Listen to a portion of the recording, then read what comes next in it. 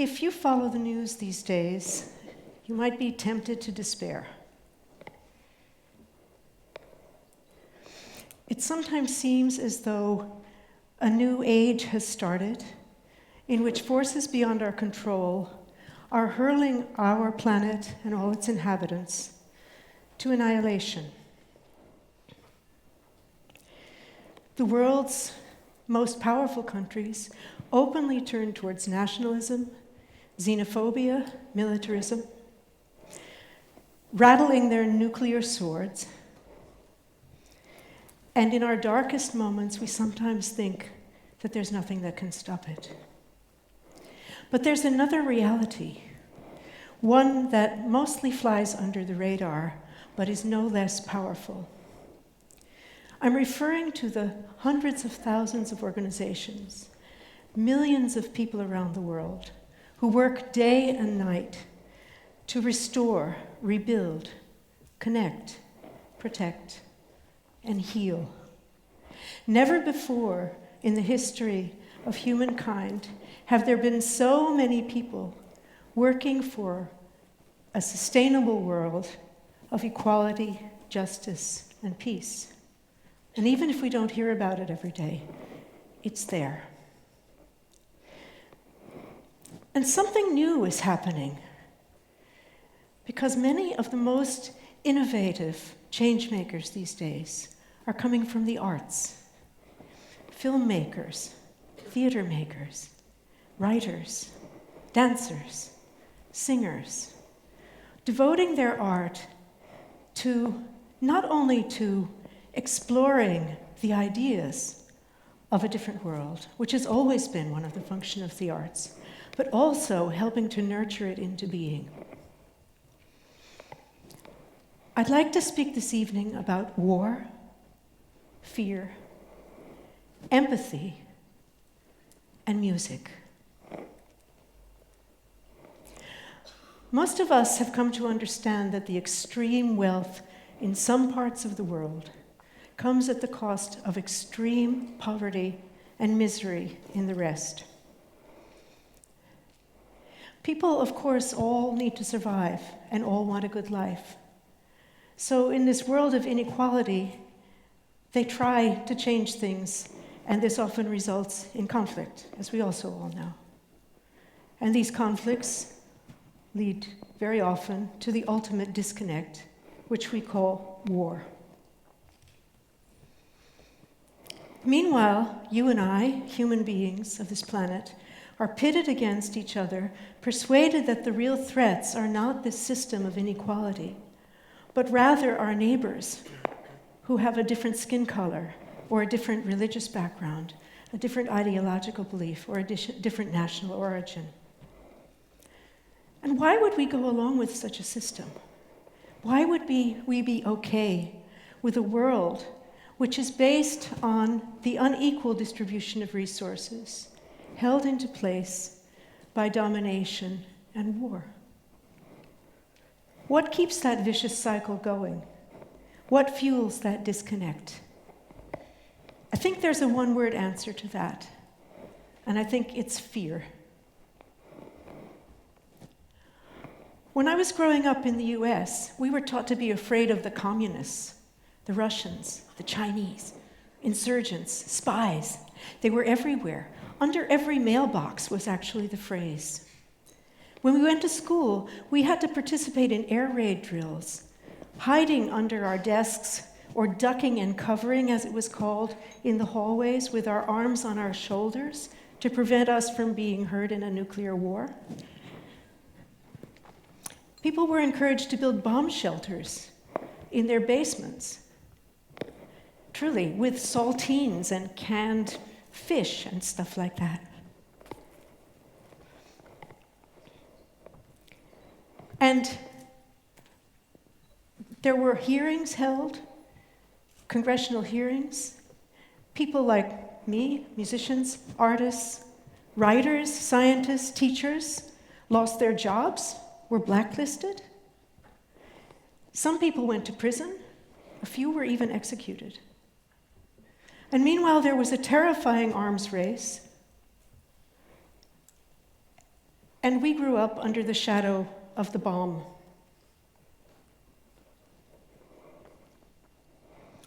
So then, some decades later, when the Berlin Wall fell, and we didn't have to be afraid of the communists anymore, suddenly there were other villains. As I remember, Gaddafi was one of the first. Saddam, the axis of evil. Iran, Iraq, North Korea. Since 9/11, the terrorists. And now even refugees, even people fleeing from war, are on the fear list. We're supposed to be afraid of them. Statistics actually show that you're more likely to die falling out of your bed than by a terrorist attack. But fear works. Fear works because it puts us in our fight or flight mode. It makes it harder for us to think creatively, or to think critically for that matter. So politicians and media can evoke images of threats to us, and we will gladly allow them to do whatever they want. And that keeps that system in place. So what can we do, you and I, as change makers today? What do we have in our human storeroom, our human filing cabinet of capacities to counter fear? Empathy. We have empathy. The human capacity to understand the other, to stand in the other's shoes, to feel the other's feelings, to mirror the other, to feel the pain of the other, to share in the joys. Empathy is the glue of human relationships. It's part of our DNA. Our capacity for empathy is why we, at one point, as a species in our evolution, came out of our caves and joined in groups, larger and larger and larger groups, such as even today international gatherings, like this one. So, what might be the connection between empathy and music? I've always made music. I grew up in a singing community, and I was taught some instruments, and I learned a few more. And I spent many years as a choir director and leading singing ensembles. And of all the experiences, all the wonderful experiences that I've had with music, the ones that touched me the most were always when that music did something to shift consciousness, change the energy, transform a dynamic, or deepen a connection. Sometimes that was just in a concert where listeners and performers could sort of get into a shared space of understanding and appreciation of something beautiful that was happening. But also in social movements, peace movements, civil rights movements, freedom movements. People sing to bring them together and to give each other courage to face perhaps police violence, arrest, imprisonment. That singing connects and gives people courage. Once, a choir member in one of my groups, who had completely lost the use of her voice by an operation, a throat operation, amazed us when we went by to see her and to sing for her. And when her favorite song came along, she started singing. Twice, we've sung ourselves across hostile borders when guards didn't want to let us through. And when we started making music, slowly, you saw the smiles coming. And then the gates opened. 3 times, we have helped people to die peacefully, surrounding them with loving voices. In all of these experiences, it was the music that, in a situation of fear, anxiety, or suspicion, brought calm and connection. Today, neuro and behavioral scientists are exploring what many musicians have known for many years from their own experience. that making music and being part of music not only can help you, for example, to learn a language or to do better at math, but making music also decreases stress, decreases the tendency to be aggressive, increases concentration and focus, and helps us to cooperate with each other. Research with young children, youth, older people, people suffering from dementia or Parkinson's or autism, show across the board that making music, especially making music with others, increases the ability to connect back to oneself and with the other. In this shared space of music, what is happening there is empathy. So, fear causes disconnection. Empathy helps to counter fear. And music creates empathy. On these principles, almost 18 years ago, a group of musician friends got together and started what we thought of as a new kind of peace organization. And we called it Musicians Without Borders. Today, we work in many places around the world with our fellow musicians there to use the power of music to help to strengthen communities, to cross divides, and to heal the wounds of war. I'd like to share with you a couple of examples to give an idea of in how many ways music can be applied to this very basic grassroots form of peace building. First, Kosovo. The end of the Kosovo War in 1999, the city of Mitrovica in northern Kosovo was left divided by the river that runs through it, with the ethnic Serbs on the north side of the river, the Albanians on the south side. The bridges had been destroyed. They were rebuilt by international forces. But today, almost 20 years later, those bridges are barricaded, and almost no one dares to climb over the rubble and cross to the other side. And the suspicion and mistrust that is pervasive still among the older people who were there during the conflict also gets passed on to the younger ones who never even met their peers on the other side of their own city. But Mitrovica had another history. Before the war, it was a rock and roll town.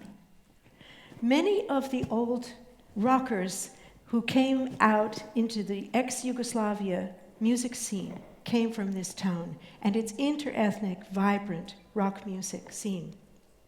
So after the war, some rock musicians approached us and asked for our help. And in 2008, we opened up the Mitrovica Rock School. Since that time, more than 900 young people have come through that school, learning how to play the guitar, or the bass, or the drums, or the keys, or to be a great singer, and to write and arrange their own songs, and to perform together in bands. They play in ethnically mixed bands, but we don't talk politics. We only talk music. The Mitrovica Rock School is making it normal for young people to have friends who play music with them, who come from anywhere, even the other side of their own town. Let me share with you a little bit of a recent song composed and arranged by one of our newest ethnically mixed bands. Young people singing about love, doing what they love to do.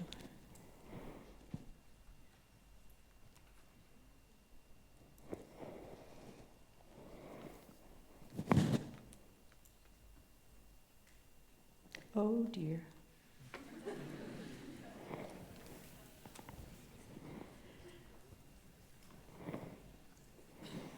Well, I'll tell you. It's rock music.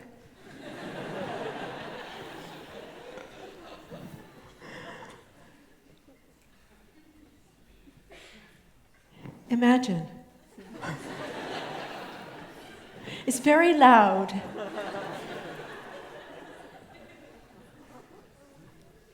So the only way you're going to be able to see this actually is going to be able to go to musicianswithoutborders.org and look at the Mitrovica Rock School and go to the movies on there. And then you will see this wonderful group called Proximity Mine singing their song, which is called Moi, which is sort of how I'm feeling right now, but that's fine.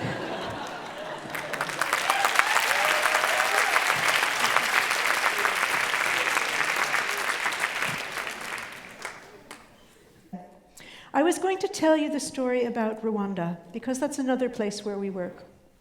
There we go. Wonderful. Rwanda, a very different place, of course, and also deeply affected by a war. In 1994, genocide in Rwanda killed almost 1 million people within 100 days.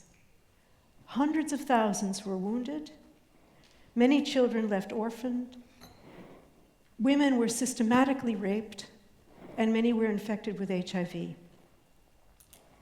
Today, we work with Rwandan musicians to try to help heal some of those wounds of war. And what we do is we train them to be community music leaders, to be able to work with the children who are the most vulnerable in their community. So children who are affected by HIV, the orphans, and refugees.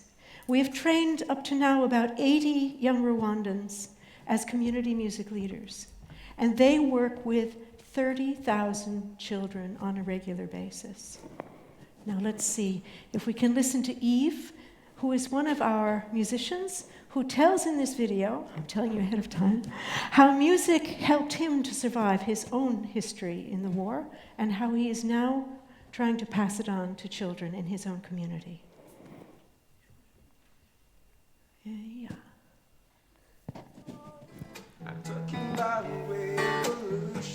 I saw Michael Jackson, I saw Tracy Chapman, and those people inspired me a lot to become a musician. My parents used music just to forget that they are refugees in Burundi. Once they sang and they danced their Rwandan music, they could feel that they are home. I wasn't raised by mama, and I could feel this loneliness in me because I didn't get that affection from my mom. But the music helped me not just to think, to be a prisoner of those thoughts, and I used the music to make myself happier.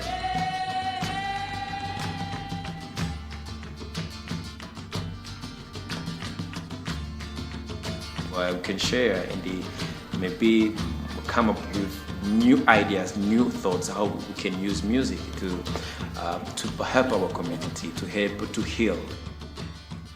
Music makes a big impact. Maybe it can be something really short. You can see it with your eyes, but you can see it with time. Don't you know I'm talking about revolution time. And then one more example, Palestine. Like Rwanda, children grow up in Palestine in the context of conflict. Every life is affected by it. Children grow up with daily violence, the threat of army incursions, people being arrested, tear gas attacks, and in great poverty, many of them. And so there we work with the most vulnerable children, with those living in refugee camps and isolated villages. And some of the young people that we've trained as community music leaders were enthusiastic rappers. So we helped them to build a studio where they could record their raps. We brought some DJs to teach them how to make their own beats. And we gave them some didactic training so they could work with children. And today, these young rappers work with children to teach them how to write their own raps so that they can express their hopes and dreams. Watch these two, they're two young rappers working with chronically ill children, teaching them the very basis of rhythm. 3, 4. 1, 2, 3, 4. 1, 2, 3, 4. 1, 2, 3, 4. 1,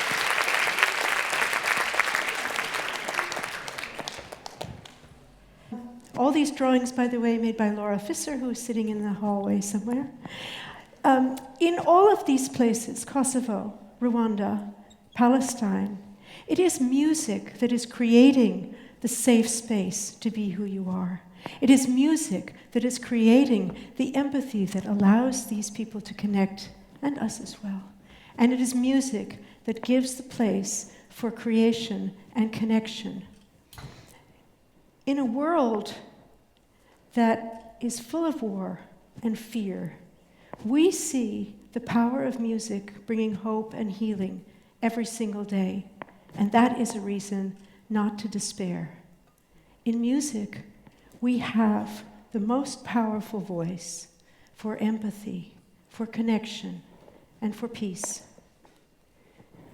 We say, war divides, music connects. I thank you.